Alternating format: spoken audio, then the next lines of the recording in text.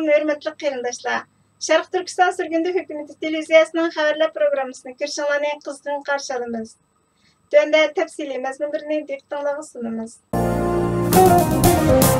Baş ministerimiz Salih Xudoyor Efendi ve Sharq Turkiston Surgundi hukumatining Yevropada turishliq vakili Memtin Alo Efendi 26 Mart kuni Red Lantern Analitika kanalining Sharq Turkiston chaqiriqi davom qilayotgan Uyg'ur ko'rishi degan temada ilib berilgan suhbat programmasining ziyoratini qabul qildi.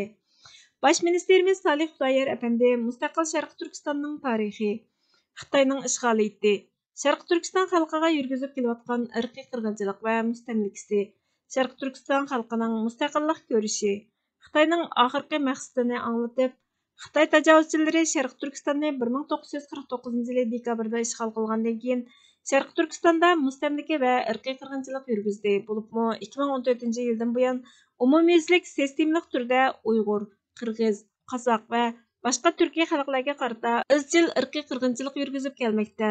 Xitoy Kompartiyasi Sharq Turkistonni 1954 yili ishg'ol qilib olgandan keyin tarixdan tortib o'zining ayrilmas bir tarkibiy qismi deb atavaganning hech qanday bir tarixiy asosi yo'q. Asiyaning markaziga joylashgan davlat Sharq Turkiston 1,828,418 kvadrat kilometr yer maydoniga ega bo'lib, taxminan Shimoliy Sudanning yer maydoniga teng. Shimol tarafda Rossiya, g'arbda Qozog'iston va Tojikiston, sharqda Afg'oniston, Pokiston va Hindiston, g'arb tarafda Tibet, Xitoy va Mong'oliya bilan chegaralanadi. Neft, tabiiy gaz, uran, qosh tashi, oltin, kumushga o'xshash mo'l yer osti qazilma boyliqlarga ega. Arxeologik tekshirish natijasidagi dalillarga asoslanganda, Sharq Turkiston Uyg'ur va Hindo-Yevropa gruppasidagi turk xalqlarining 6000 yildan ortiq tarixga ega yurti. Keyin tadqiqot natijasidan qaraganda, Sharq Turkistondagi Uyg'ur xalqi Sharq Turkiston va O'rta Osiyoda yashagan Hind, Yevropa va turk xalqining aralashma geniga mansub. Uzun tarixdan beri Sharq Turkiston mustaqil davlat bo'lib, Sharq Turkistondagi turk va Hindo-Yevropa madaniyati hozirgi Xitoy va Xitoy xalqi bilan intayin cheklik munosabatda bo'lgan. Sharq Turkiston tarixdan buyon nurg'ulg'an davlat, podshohlik va imperatorliklarni boshdan kechirgan. Qadimgi tarixdan buyon Sharq Turkiston O'rta Osiyo, Janubiy Osiyo, Sharqiy Osiyo, hatto Yevropaning madaniyat va iqtisod almashtirishini qulaylashtirib, dunyo tijoratiga tuhfa qo'shib kelgan. Afzal strategik o'rni, mo'l mineral va tabiiy boyliqlarga ega bo'lganlikdan Sharq Turkiston Xitoyning bir balvoq bir yo'l qurilishining ultishiga aylangan. 18-asrdan boshlab Sharq Turkiston nurg'ulg'an ishg'oliyatni boshdan kechirgan. 1705 yili Sharq Turkistonning mutlaq ko'p qism joylariga hukmronlik qilgan Yarkent xonligi o'rilgandan keyin Mo'ng'ul Jo'ng'or xalqi 1705 yildan 1759 yilgacha hukmronlik qilgan. 1759 yili Manju xalqi Sharq Turkistonni ishg'ol qilgandan boshlab 600 ming Jo'ng'orliklarga qarshi irqiy qirg'inchilik yurgizgan. Bu tarixda tunji zamonaviy irqiy qirg'inchilik deb atalgan. Jo'ng'or irqiy qirg'inchiligidan boshlab Manju xonadonligi Angliyaning Hindiston harakatiga o'xshash Sharq Turkistonni 1759 yildan 1863 yilgacha mustamlika qilgan. Bu mezgilda Sharq Turkiston xalqi 42 qitim Manju hukmronligining ishg'oliyatiga qarshi qo'zg'olon ko'targan. 1865 yili Sharq Turkiston xalqi Yoqub Begning rahbarligida Chin xonadonligiga qarshi qo'zg'olib, mustaqillikni qo'lga keltirgan. Baxtga qarshi Rus imperatorligi va Angliya imperatorligining o'yini natijasida 1876 yili Hong Kong va Shanxay bankisining moliya yordami bilan Manju Qing sulolasining ishg'oliyatida qolgan. 1884 yili 18 noyabr kuni Manju Qing hukmronligi Sharq Turkistonni Qing imperatorligiga qo'shib, yangi chegara degan ma'noda keladigan Xinjiang degan ishg'ol nomi bilan atagan. 1884 yildan 1912 yilgacha Manju Qing hukmronligining Sharq Turkistonni ishg'ol qilishiga qarshi nurg'ulg'an qo'zg'olon ko'tarilgan. Manju Qing hukmronligi 1912 yildagi Xitoyning inqilobi bilan vayron bo'lgandan keyin Sharq Turkiston Qing davridan qolgan Xitoy amaldorlari va yarim avtonomiya huquqiga ega turk amaldorlari tomonidan boshqarilgan. Bu mezgilda Sharq Turkiston xalqi yo'qotib qo'ygan mustaqilligini asliga keltirish uchun millatchi ishg'olchilarga qarshi kurash qilib, 20-asrda Sharq Turkiston milliy ozodlik harakatini qo'zg'agan. 1921 yilda Uyg'ur atalg'usi Sharq Turkistonga ko'chman bo'lmaganlarga aniqlama berish uchun borliqqa kelgan. Bu atalg'u turk yoki Sharq Turkiston xalqiga qaratilgan. 1931 yılı Qumulda başlanğan Xitayga qarşı Milliy Azadlyk hareketining natijasida 1933 yılı 12 noyabrdagi Sharq Turkiston Cumhuriyeti qurilgan. Sovetning aralashishi natijasida 1934 yılı aprelda Cumhuriyet ag'dirilgan. Sharq Turkiston xalqi davomli ishg'oliyatga qarshi kurash qilgan. 1937 yılı sobiq davlat mudofaa ministri Mahmud Muhiti Hindistonga sig'inib, Sharq Turkistonning mustaqilligini qo'llashni qo'lga keltirish uchun kurash qilgan. Uning Sharq Turkistondagi vakillari 1937 yılı mayda Sharq Turkistonning janubida mustaqil hukumat qurilganligini e'lon qilgan. 1937 yılı oktyabrda Sovetning aralashishi natijasida hukumat tarqalgan. 1944 yılı Uyg'ur, Qozoq, Qirg'iz, O'zbek, Tatar qatorliq millatlar hatto Mo'ng'ullarmi birlikda Xitoyning ishg'oliyatiga qarshi kurash qilib, 1944 yılı noyabrda ikkinchi qitimliq Sharq Turkiston Cumhuriyetini e'lon qilgan. Ikkinchi qitim e'lon qilingan Sharq Turkiston Cumhuriyeti Sovetning aralashishi natijasida siyosiy jihatda qudrat topgan. Komintang yoki Xitoy millatchilari Aysa Yusuf, Mas'ud Sabriga o'xshash Sharq Turkiston Cumhuriyetiga qarshi Uyg'urlarni qo'llanib, Sharq Turkiston xalqini Xitoyning hokimiyati ostidagi avtonom rayonning qurilishiga qoyil qilishga tirishgan. Bu tirishchanliklarga qaramay Sharq Turkiston xalqi mustaqillikda ching turgan. 1949 yılı Sharq Turkistonning yuqori darajalik amaldorlari sirliq aeroplan qazosiga uchragan. 12 gün o'tgandan keyin 1949 yılı 13 oktyabr kuni Xitoy Kompartiyasi Azadlyk armiyasi Sharq Turkistonga tajovuz qilib kirgan. Xalqaro jamiyat buningga pisand qilmagan. Sovet ittifoqining aralashishi natijasida 1949 yılı 22 dekabr kuni Sharq Turkiston yana bir qatim ishg'ol qilingan. Sharq Turkiston xalqining davomli qarshilik ko'rsatishi natijasida ishg'oldan keyingi dastlabki 5 yil ichida 150 mingdan ortiq Sharq Turkistonlik o'ldirilgan. Sharq Turkiston xalqi necha 10 yillar mobaynida Xitoyning mustamlikasi va ishg'oliyatiga qarshi izchil kurash qilgan. 1960 yildan 1980 yilgacha Sharq Turkiston Xalq Inqilobiy partiyasi Sharq Turkistonning mustaqilligini qo'lga keltirishdagi eng kuchli armiyaga ega bo'lgan. 1980 yılı Xitoy axboroti tarafidan zarba yegan. 1990 yılı aprelda eng oxirgi armiya Xitoy ishg'oliyatiga qarshi qo'zg'algan. Bu tarixda Barin inqilobi deb atalgan. Sovet ittifoqining yimirilishi, O'rta Osiyodagi turk davlatlarining mustaqilligini e'lon qilishi, Uyg'urlarga ishg'oliyatga qarshi turib, mustaqillikni qo'lga keltirish ko'rishiga atlanishga ilhom bergan. 1992 yılı O'rta Osiyo va O'rta Sharqdagi Sharq Turkiston rahbarlari Istanbulda jam bo'lib, Sharq Turkiston Milliy Majlisini chaqirib, Sharq Turkistonning mustaqilligini qo'lga keltirish ko'rishining o'lini hozirlagan. 1996 yılı martda Xitoy Kompartiyasi amaldorlari Beyjingda yig'ilib, maxfiy yig'in chaqirib, Sharq Turkistonning mustaqilligining oldini olish, ishg'oliyatiga doim kafolatlik qilish uchun bir necha turlik yo'l yo'riq tushirgan. Bunun biri 1996 yildagi 7 numurluq oshkorlangan Sharq Turkiston masalasining xalqaralashishining oldini olish, Sharq Turkiston tashkilotlarini bo'lishni, mustaqillik uchun kurash qilayotganlarni chetga qo'yishni maqsad qilgan hujjat. Yana biri 2001 yildagi Xitoy hukumatining ichki hujjati. Bu hujjat bo'lginchilik masalasining 2 yilda hal qilinishi bilan munosabatlik bo'lib, 11 sentabr vaqasiga ergashib, Xitoy hukumati terrorlikning qurboni bo'lib tanilgan. Gerçi 11 sentabr vaqasidan 2 hafta ilgari Sharq Turkistondagi Xitoy Kompartiyasi sekretari Wang Lichuan Sharq Turkistonning tinchlik, muqimligini bayon qilgan bo'lsa-mu, 2 oydan keyin, ya'ni 2001 yili 11 noyabr kuni Xitoy Birlashgan Davlatlar Tashkilotiga Sharq Turkiston Milliy Mustaqillik harakatini terrorlik bilan shug'ullanadigan sog'lom bo'lmagan tashkilot deb Sharq Turkiston Islom harakati degan to'qilmani to'qib anga oldirgan. Buning natijasida chet eldagi Uyg'urlar ikkiga bo'lingan. Biri Aysa Yusuf Aliptekinning o'g'li Erkin Aliptekinning boshchiligida 2004 yili aprelda Germaniyaning Myunxen shahrida inson haqlarini qo'llash, avtonomiya huquqini talab qilishni maqsad qilgan Dunyo Uyg'ur qurultiyi.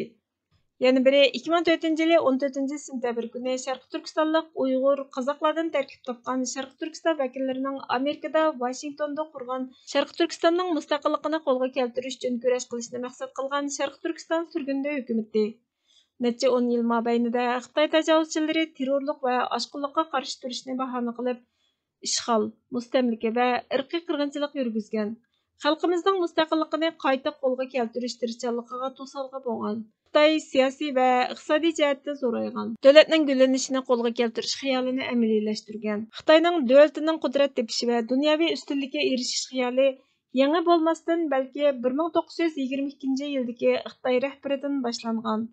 2014 yilga kelganda Xi Jinping buni amalga oshirgan. 2014 yildan boshlab Xitoy hukumati millionlab Uyg'ur, Qirg'iz, Qozoq va boshqa Turkiya xalqlarini tutqun qilib yig'ib olish lageriga va qul emgak lagerlariga qamagan. Amerika Davlat Mudofaa Ministrligining 2019 yili maydagi mo'ljariga qaraganda 3 milliondan ortiq Sharq Turkistondagi Uyg'ur va boshqa turk xalqi lagerlarga qamalgan.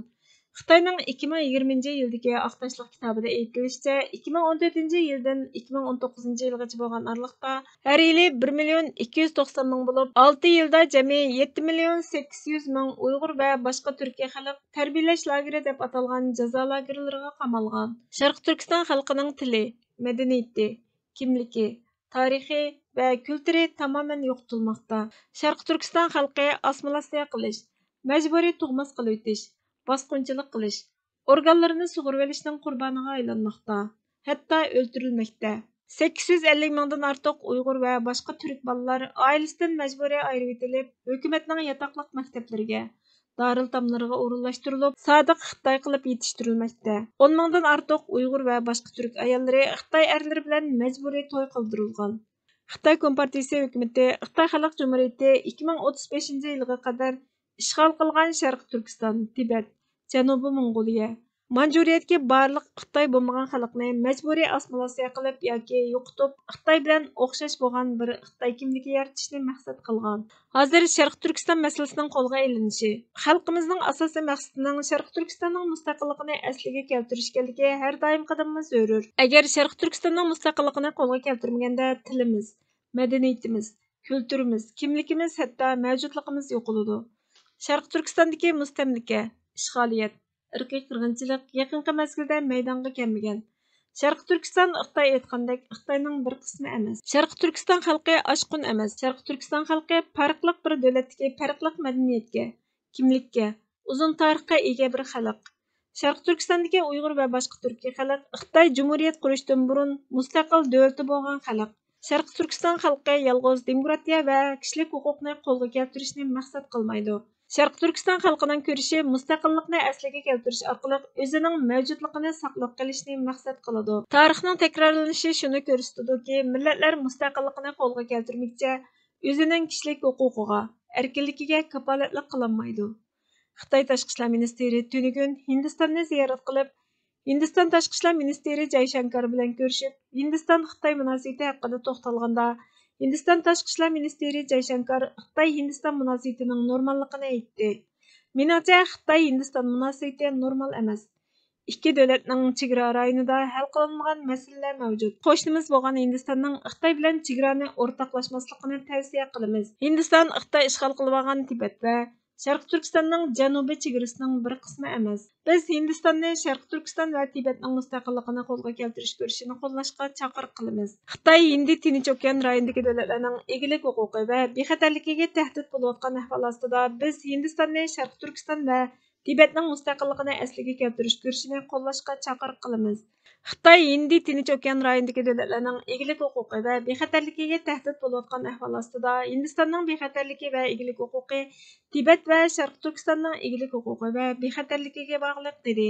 Doktor Mantimin Ala Apandi Xitoyning Uyg'urlarga qarata psixologik urushi elib berayotganligini, bu urushni ayni vaqtdagi cho'ng qirg'inchilik davrida Gitlermo Yahudilarga yurgizganligi, Xitoyning meni yo'yish texnikalari, Mao Zedongning ayni vaqtda Sharq Turkistondagi Uyg'ur va boshqa turk xalqlariga meni yo'yish harakatini elib borganligi, Xitoyning 11 sentabr vaqasidan foydalanib Uyg'urlarni terrorchi qilib tunutganligi, Xi Jinpingning islom dinini virusga o'xshatganligi, barliq Uyg'urlarni buningdan yuqumlandi deb ko'p qismini tutqun qilib, lager va turmalarga solib, dindan, tilidan, madaniyatidan uzoqlashtirganligi, lagerdagi vahshiy qiynash usullari, organlarini sug'urib olib, halol organ sifatida musulmonlarga sotganligi, lager sirtidagi Uyg'urlarning kuzatish sistemasi orqali kuzatilganligi, DNA avrishkisining yig'ib olinganligi, lager yoki turmaning sirtidagilarning turmadagi hayotdan farqlanmaydigan hayotni yashaydiganligi, chet eldagi Uyg'urlarning vatandagi urug' tuqqan ota-onasining ahvolidan xabarsiz ekanligi.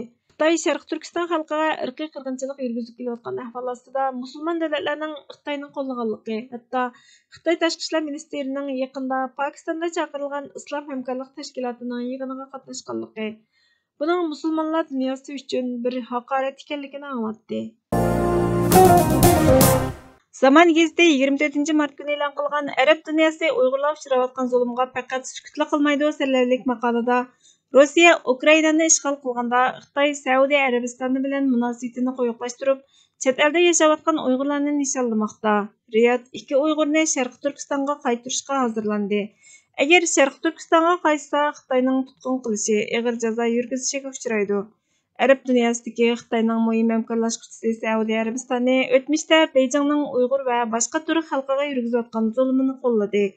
2019 va 2020 Birlashgan Davlatlar Tashkilotiga sungan dokladida Xitoyning davlat bexatarligini kuchaytirish uchun oshqo'llikning oldini olish, terrorlik bilan kurash qilish haqqiga hurmat qilamiz dedi. Arab davlatlari buni bayonotlarida qo'llab qolmay, Xitoyning Uyg'urlarni jazolashiga yordam qilyotidi. Arab dunyosidagi kam degandimi Misr, Marokash, Qatar, Saudiya Arabistoni, Suriya va Arab Birlashma Xalifaligidan iborat 6 davlat Xitoyning buyrug'i bilan Uyg'urlarni qo'lga oldi yoki topshirib berdi. 2002 yildan buyon 292 nafar Uyg'ur Arab davlatlarida tutib qilingan yoki chegaradan qo'g'lab chiqarilgan. Uyg'urlarni qo'g'lab tutish uchun Xitoy Interpol, Dunyo saqchi tashkiloti qatorliq xalqaro tashkilotlarni shundaqla ikki taraflik o'tkazib berish shartnomasini suiiste'mol qildi. 2021 yılı 12 ayının 16 günü Marrakeshdagi Kassatsiyon mahkamasi Xitoyga qaytarib berishga buyurdi. 2017 yılı 7 ayda Misr saqchilari 200 nafardan ortiq Uyg'urni tutqun qilib, so'roq qilgandan keyin Xitoyga topshirgan. Arab dunyosidagi Xitoy bilan bo'lgan eng kuchli munosabatdan bahramand bo'layotgan Arab Birlashma Xalifaligi Xitoyning bexatarlik mulozimatlarining rayonlik axborot markazi bo'lib qoldi. Bayden hökuməti Arab dunyosidagi ittifoqdoshlari bilan birlikda ittifoqlashib, Xitoyning bu qilmishini tugatishi kerak. Amerikaning Magnitskiy qonunidan foydalanib, Uyg'urlarni qonunsiz Xitoyga topshirib bergan amallik xodimlarini jazolash huquqi bor. Shuning bilan birga Uyg'ur musofirlarining sonini ko'paytirib, panohlik berish, bexatarligiga kafolatlik qilishi kerak. Xitoyning Uyg'urlarga qarata bostirish harakati atalmish Şinjan'da cheklanib qolmaydi. Amerikaning tirishchanligi yolg'iz atalmish Şinjan'ga markazlashmasligi lozim deyildi. Sharq Turkiston surgundi hukumatı Twitter hisobidan biz Saudiya Arabiston doiralarini har qanday Uyg'urni Xitoyga surgun qilishdan saqlanishga chaqiramiz. Saudiya Arabiston hukumatidan tutib turilayotgan Hamdullah Veli, Nurmuhammad Ro'zi va boshqa barliq Uyg'urlarni darhol qo'yib berishni so'raymiz dedi. Ulug' bo'lish uchun hech kimga iltifot qilma, hech kimni aldatma. Vataning uchun nimani qilish talab va ya maqsad qilinsa yoki nimani nishon qilish zarur bo'lsa, shu nishonni bo'ylab olg'a ilgirla. Har kim senga qarshi chiqishi mumkin. Yo'lingdan qaytarishga urinishi, oldingda tugmas putlikashanglar chiqishi mumkin. Sen buningga qarshi tiran. O'zingni cho'ng bilma, balki ojiz, qurolsiz his qilib, hech kimdan yordam kelmaydiganligiga ishonib, bu to'solg'ini yang. Buningdan keyin seni ulug' deganlarga qarab kul deydi Mustafa Kemal Atatürk. Hurmatli ko'rurmanlar, xabarlarimizni ko'rganlar uchun ko'p rahmat. Kelar qitimqi programmamiz ko'rishguncha Allohga omonat bo'lgaysizlar.